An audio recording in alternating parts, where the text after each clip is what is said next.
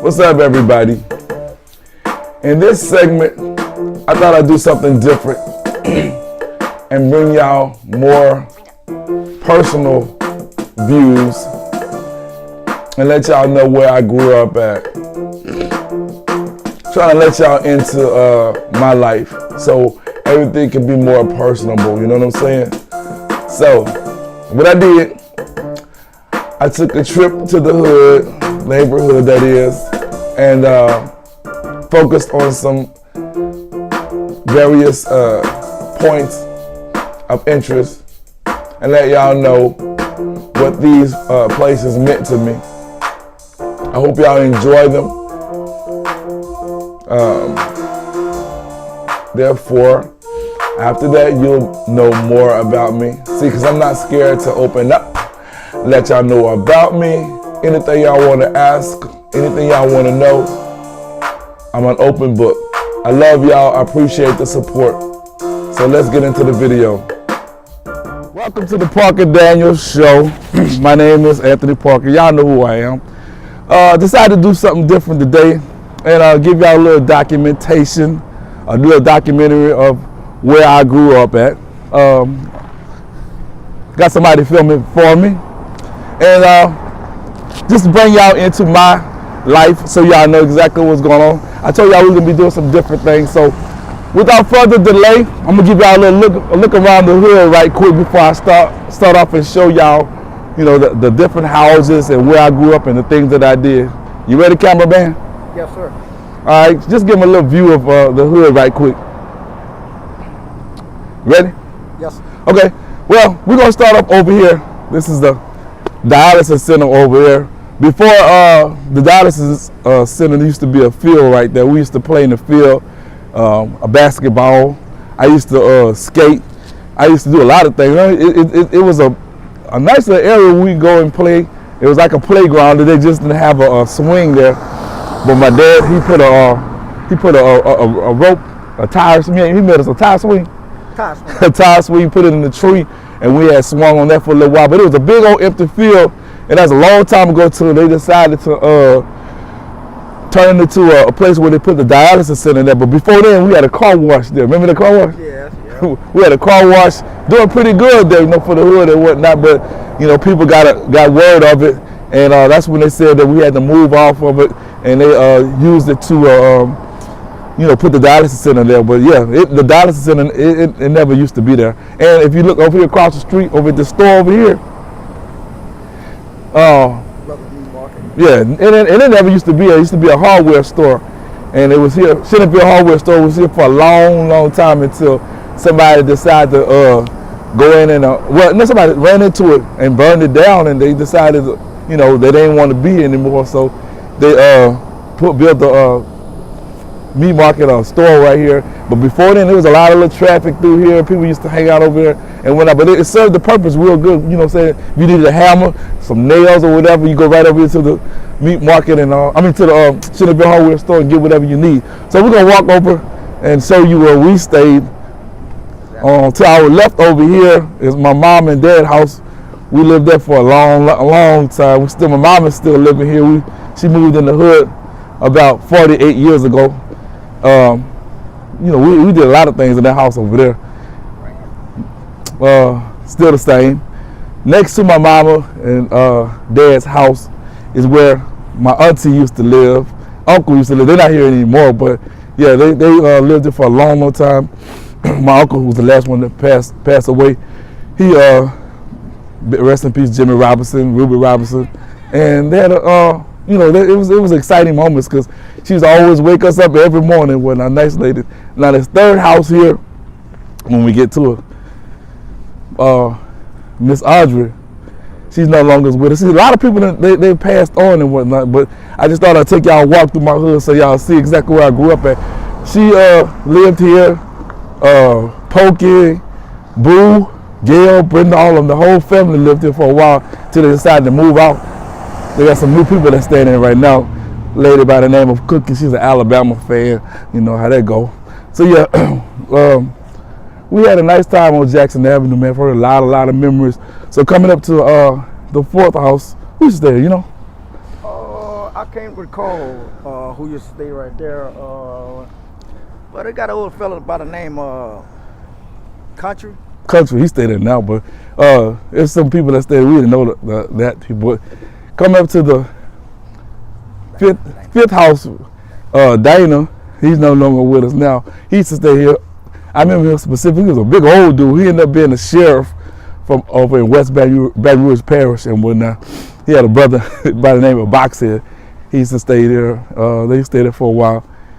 The next house is Nita. That's my girl. She was an elderly lady. She I can say basically she was influential in raising me to be the person that I am now. Very, very strong-minded person. She ended up passing away too. Tweet and Rusty and people like that, they stayed there with her. Michael, Rodney stayed there. Right now, their sister stayed there. Ayana stayed there with her husband and whatnot. So yeah, I definitely miss her. Next house. So y'all come on, walk with me. Craig, a guy by the name, they call him Tater Puff. He ended up passing away out there at a club or something like that. But his mom and them stay here. They just recently passed a couple of years ago, and now my cousin Jermaine Derrick, he stays here. So there were some nice people, man. They got some grapefruit. Don't they still have grapefruits that grow on the trees here? Yeah, grapefruit. Grapefruits. If y'all ever want some of the juiciest grapefruits, man, I'm telling you, they she I don't know how they grew, but she grew them big old grapefruits, and say I get some every year. Bless her heart, she was able to see this hood transform into what it is now. So we're gonna continue to the next house. Ray, that's my partner. It's a sad story, but I tell y'all, he ended up committing suicide, man. I remember specifically, we was at school for the visually impaired, and it was on Halloween. My dad came and got us and told us that he had committed suicide. We still to this day don't know exactly what happened, but he was a nice guy. And I remember seeing him like a couple of days before that, because I used to play the saxophone, and he used to teach me about playing the saxophone in the band and whatnot. But he was a nice individual, man. He's ended up, committing suicide. So you never know, man. You never know what people are going through, because wow, just because like me being visually impaired, people might think that that's a bad situation, but other people may have things on their mind, and you never know what the situation is. So we gonna just take a little aerial shots of the hood right quick, you know what I'm saying? Because I don't really, that's basically all the people that I knew who basically stayed, and we interact with people from other streets, but this is basically some of the people that I definitely can recollect and have good, fond memories of. So what we're gonna do, we're gonna take a walk on the other side and let you know some other people that used to live in these houses and stuff like that. Starting with, who did? Well, you remember this open field? Oh, yeah. Who used to stay here in the open field? Ivory Bell, Miss Gert, Bobby Jeans, maybe we used to have fun times. Satch, Harry Bell, call him Satch now. And as a matter of fact, Ray, the one who ended up, like I was telling about the story, his people stayed across the street here. It's an empty field right now, and there's some very fond memories of that man. Miss Gert was something else. She used to be a very, very active elderly lady, man. She ended up getting what was it, lightning? She had got struck by lightning, man. Going out, it was raining one day, and I don't know where she was going, but she ended up getting struck by lightning, her and her grandkids. But she survived, and she died, and her grandkids, they end up, surviving and stuff like that. So yeah, very somber moments and stuff like that, man. Right now it's quiet in the hood. A lot of people are probably in school, but there used to be like a hell of a lot of kids in the neighborhood, but there aren't that many anymore though. So next to her, we have who? Renee. Well, I don't know too much about her. My cameraman probably can tell you a little bit about her. He ain't on camera, but give him something about Renee. Well, pretty much a nice person that I know of. I mean, I always can help you much as she, much as you could do. I mean, if she could do for you, she would be there to help you. She's a very quiet person. Quiet and she was a Christian. Christian person. So I mean, that's pretty much I could say about her because I don't really know her like talk about it either. But okay. She's a very good neighbor. Okay. Next to her house is Craig.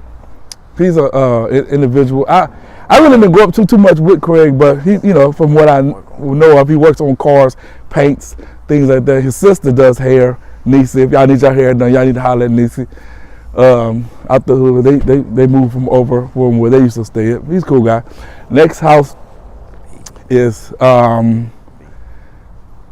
His name is Mr. Corman. What's his? And then Lashika used to stay here. Yeah, Lashika. I had a crush on Lashika.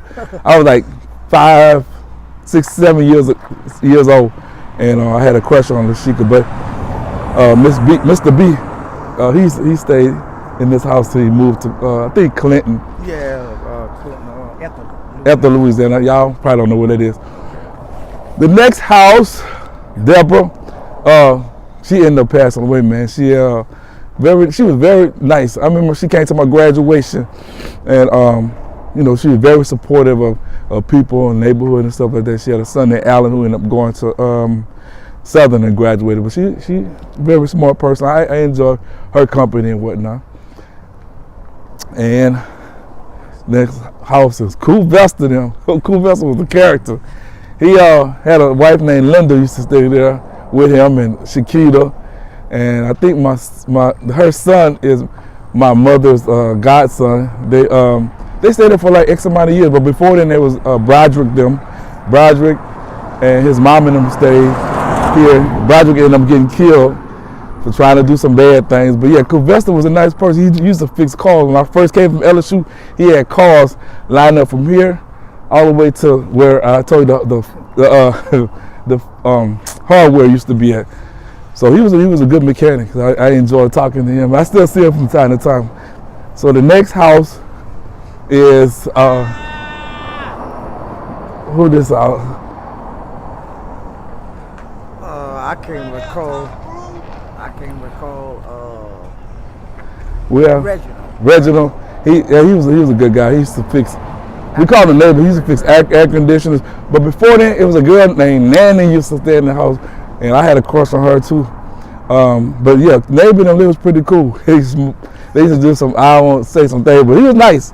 He was a nice person, neighbor. He still fixed air conditioners, but his wife ended up passing away.